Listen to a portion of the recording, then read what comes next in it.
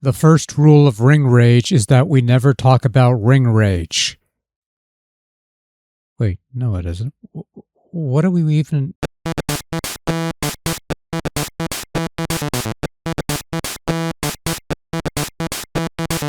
Released in 1993 by Title for Game Boy and based on the 1992 arcade game of the same name, because of course it is, Ring Rage is a pseudo-wrestling fighting game type deal where you pick one of 5 pit fighter type people and compete in matches to challenge the reigning Taito Wrestling Federation champion Killer Kane and naturally beat him for the belt.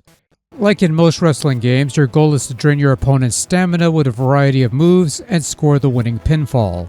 You've got 5 different arenas in the game, and a couple of them even take place in cages, either steel bars or chain link. It's not much in terms of variety, but it is something at least. Now, Ring Rage, the arcade game, allowed up to 4 players to participate, while Ring Rage on Game Boy only allows 2 via Game Link. Neat feature in Ring Rage is that you could either play the standard tournament mode, aka your arcade mode, you beat all the other fighters on the roster and get an underwhelming ending deal. Oh, and you have no continues, so one loss and it's game over. Wonderful. Or you could play the extra battle, which is your straight up exhibition where you pick an opponent and you pick an arena to compete in a best of 3 falls matchup. This means I can put together matches of all types, play them at my own pace, and not have to worry about beating the tournament mode, because that can be quite brutal, especially towards the end. Controls are fairly straightforward. You have a punch button and a kick button.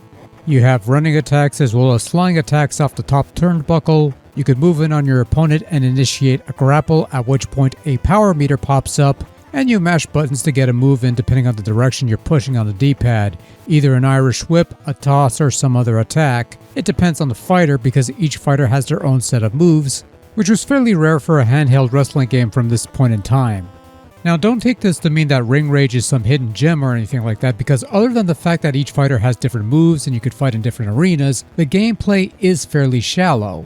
Matches are spent landing blows on your opponent to drain their stamina, which does slowly regenerate, so you have to be relentless in your assault, and then every so often you'll land a finishing blow that plays out in a special cutscene of sorts, but more often than not your opponent will either kick out or recover quickly from said finishing blow. So what, is this a wrestling game from 1993 or 2026? I could hardly tell.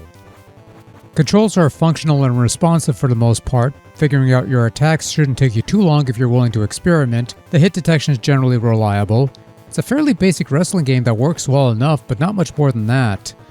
Also, this is a port of an arcade title, and naturally some missing features include a couple of omitted wrestlers, 4-player gameplay, and even weapons. You can't even brawl outside the ring, which is not a big loss, but would have been nice to have.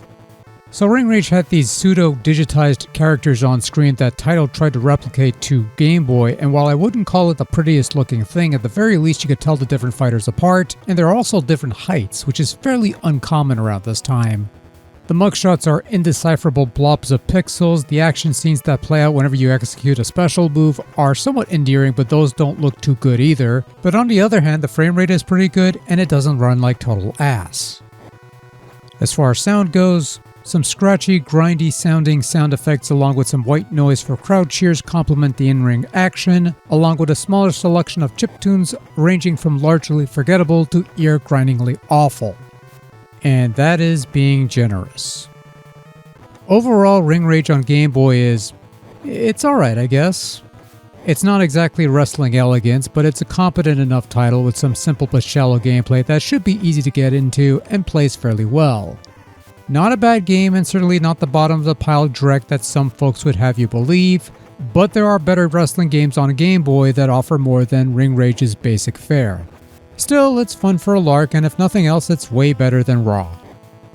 And that's all I've got to say about that.